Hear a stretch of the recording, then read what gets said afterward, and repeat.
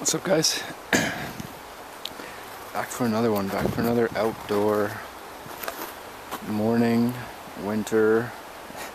It is fucking cold. It is like, the weather is really weird, and I've kind of noticed that all around the world, and that's the thing that I think a lot of people don't really know or people who haven't looked into it at all. I'm not saying I know more than everybody, but because I don't, but the people who they think it's literally global warming. So they think the earth is just gonna warm up, just overall, and that's not how it works, because everything is a balance, right? So yes, I guess it is warming up and the ice caps are melting, but that's not the real problem. The problem that will come from that is not that the earth will just slowly get warm and then every human will get, cooked like in an oven. That's not kind of the end result. It's actually an ice age, and so and so what we're seeing and what I'm maybe seeing, I don't really know, it's not a statistical thing that I'm looking at, but weather patterns are getting more extreme. Like this river right here, I think it was 4 years ago in this city, it rose, I don't want to overquote it, but that bridge, it was going over that bridge without question. That bridge was completely closed, and they had to redo that bridge, and so we had a massive flood. So all these houses were flooded, and in this neighborhood, pretty much every house was fucked over, and only half of them were covered by insurance, because I don't know, insurance companies just find ways to screw people,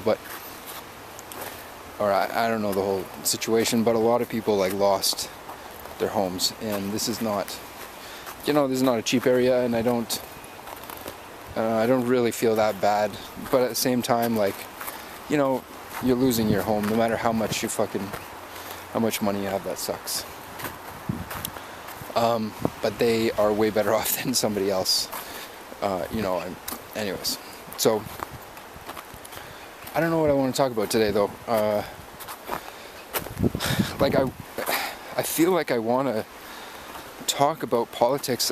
I just it feels to me like at this point, it's everybody's fighting over the past, and so that's kind of what they do. They take you out of the moment. And who I mean by they is I have no idea, but mainstream media and just people who cause these little side controversies to take away from what's actually going on, and what just the kind of general feeling that just a complete macro look at it, and I think I've gone into this a little bit in a different video, but I think everything is just going on behind the scenes, and just the feeling that I get is up until election day and up until about 2 or 3 weeks ago, and it's kind of a pretty, I'm really curious if anybody else has felt the same thing, where it's the news and the reporting of the news up until about 3 weeks ago was in the moment. It was this happened today, this happened today, this happened today, this happened today, this happened today. Now it's all theoretical, kind of. It's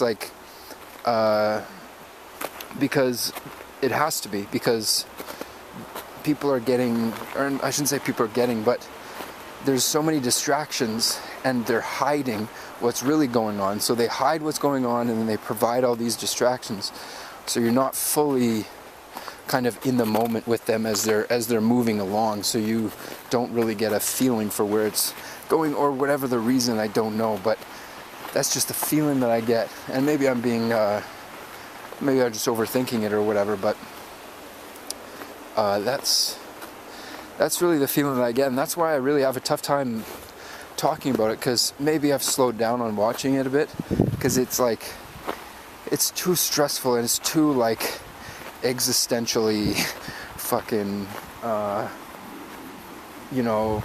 what's the word, it's like I just want to take a break, my heart needs a break or something. I don't know what the word is, but it's just like, I need to like get back to myself kind of thing, and so there's definitely that, but also what I was describing earlier with that, and I think that's a really, really tough thing to do is as a journalist.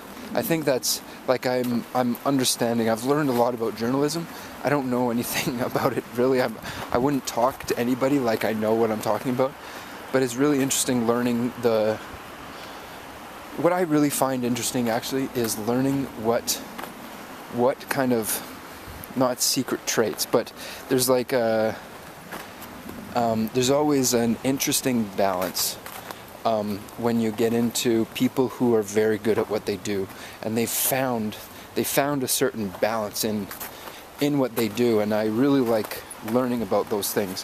Whether I know, when I learn that doesn't mean I'm as good as them or anything. It means that what I really am interested in talking about this all is kind of how people evolve in their surroundings. Like, so if you've done journalism for a long time, or if you've done anything else for a long time, you just naturally evolve. And kind of what I was originally getting at was one of the things I've noticed that's really hard with journalism, and I think it's a very taxing kind of thing, and I think it's very similar with the sales that I did, is like you need to be like, I don't think a lot of people understand what it's like when you're kind of quote unquote performing, whether it's there's a lot of different ways, you know what I mean? I think sales is one of them, because you have to put on a good face when you're having a shitty day, you know what I mean? That's the hard part. The hard part is not, the hard part is not even accepting the fucking, the rejection. The hard part isn't the rejection for me in sales. The hard part for me is just lying to people on a daily basis. Like, what I mean by lying is like, I'm feeling like shit today, but I have to pretend like I'm not feeling like shit, or else, you know what I mean? And that's a tough thing. And maybe I didn't get to the point where I was just, comfortable and could feel like shit while doing a good job. I guess I wasn't, good enough to get to that point. So that's kind of that would be the next evolution in my mind. I don't want to go there, but the one thing I've noticed with journalism though is, and just me following it, is like, it is fucking taxing to kind of, you're only dealing with like 90, at minimum 90% negative stuff. And it takes a strong person to kind of deal with that on a daily basis, as well as have the perspective to deal with everything in your own life as well. And I think over time it gets easier, but at the same time you still need to, like, on a daily basis, you need to push yourself to be in the moment with the current events, and that's a tough thing, because especially as a job, like, everything is cool until you have to do it, you know what I mean? That's kind of the thing with every single thing in the world. It's like, yeah, I'll do whatever. Oh, you're making me do it? Nah, I'm not fucking doing that shit. And yeah, well, I struggle with that anyways, but yeah, I don't know. I didn't end up meeting with that girl. I think I was, I think in those situations, I'm kind of misreading myself, and I think I misread that situation. I think I got anxious instead of, not because, I think I got anxious because she wasn't into me, not because I was into her. Do you know what I mean? And so that was the difference. And I don't care admitting that, it's all good, but just kind of a thing that I was thinking about. I don't know what else to talk about. I think yeah.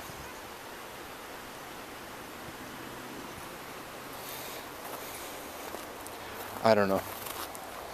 I've been trying to have kind of a little bit more fun instead of forcing myself to fucking, watch, hear about terrible shit that's going on everywhere. And I think I'd be a good, I have no formal training, but I think I would love to be a journalist. Like, that just sounds like fun. It's like being a detective. Like, that just sounds amazing. I don't know, it just sounds like an adventure more than anything, but yeah, I don't know, maybe I should maybe I should write things and submit them to papers or something and see if they would take it. I have no credentials though. That's the problem, is I literally have nothing to tell anybody. So I'm literally just like a fucking just a dude on the internet who, you know what I mean? So that's a tough thing. That's a tough place to start. And another thing is I struggle quite a bit with right now with work and with what I want to do. I'm really struggling with, I wish there was a machine that I could put myself in, and it would tell me, it would be like, okay, based on your body chemistry, your brain chemistry, your whatever, that you are best suited for this career, and you're going to struggle with this in it based on your kind of your personal biology, and you're going to kind of excel in this way or another way. And so that would be great, because then it's going to sound kind of very conceited, and it is, but it's true. I need to, it's really, there are many things I'm not good at, and there are many things, whatever, and I really question whether this is me, my ego just talking to myself, or whether I'm accurate with this. But I honestly, if I really want to do something, I am good at it. And so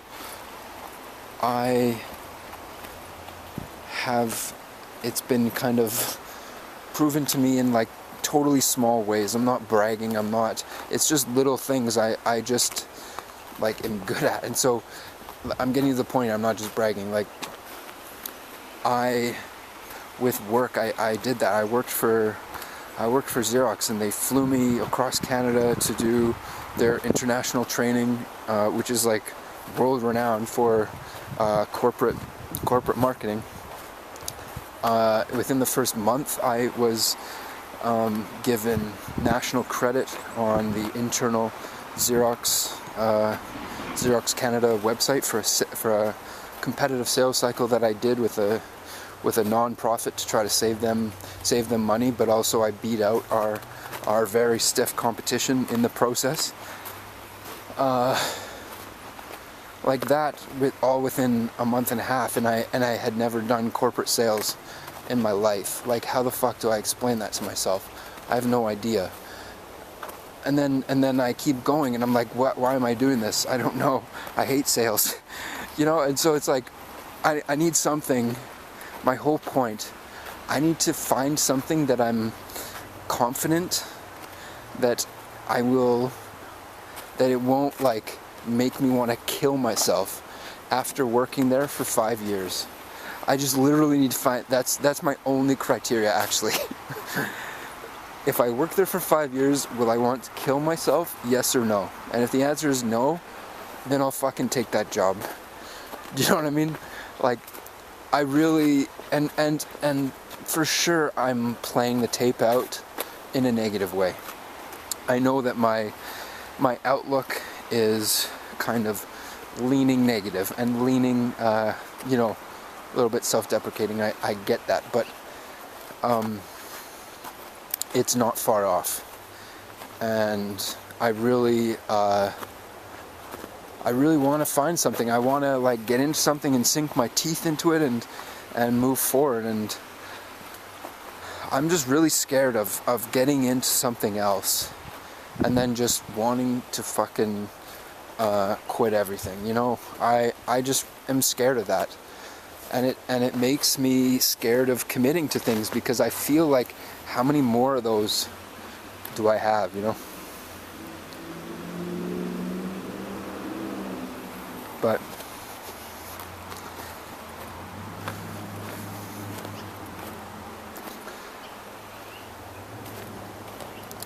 at the same time, one thing I've also kind of taken a look at is the concept of white privilege. And I know that's super random, but it totally fits in here. Like, I have been, let me explain what white privilege is. So, in my opinion, what white privilege is, in my opinion, and it doesn't need to be white, but that's generally what happens. Like, the fundamental kind of brain chemistry thing, in my opinion, about what happens when you just feel the privilege off of somebody, that's somebody who has not been humbled in their life by life. You know, they've not gone through a struggle. They've not had to think about somebody else and how they got through something, because that's the only way they can imagine getting through their own thing. You know what I mean? Like, once somebody goes through that process where they're so they don't know where to turn to the point where it forces them to be empathetic and think about how somebody else got through something, that's such a humbling experience. And that destroys white privilege, because it makes you realize that people deal with things in a very similar way. Like, somebody in you know, Arkansas, if you take away the way that they talk, if you take away the vocabulary that they use, and you give them a vanilla language that they can talk to, and they'll never be able to tell what country or anything anybody else is from. And I know this because I've talked to people from all over the world, and you just relate to some people and you don't relate to others. Weirdly enough, I relate to more people outside of North America than I do inside of North America. I don't know why. But you know, and so that is just like, oh, I'm not, you know, I'm not just my race, and my race isn't just different than somebody else's. It's like, my identity isn't my race. My identity is that I'm a fucking human, and beyond that, I'm, you know, have personality, you know, my personality identity kind of beyond that. And so the race is not even an issue, and that's why I think a lot of people push back when somebody pulls out the race card, because it's like, and then especially when that person pushes back against the race card, and then that person calls them racist for pushing back against the race card. But I think a lot of times what's happening is, what that person is failing to communicate is that they don't see things in a racial perspective. But at the same time, there's huge possibilities for some underlying kind of ignorance about their own, how they feel about racism. They could totally just be unconsciously racist without actually hating a group. You know what I mean? That doesn't make it any better. That doesn't make it any more pleasant for the person on the receiving end. For sure, no, I'm not excusing anything. But it's like, I think people need to understand where it's coming from. You know, it's not like just a blanket hate of another race. It's like these people have not interacted with somebody from a different race, and they get scared of the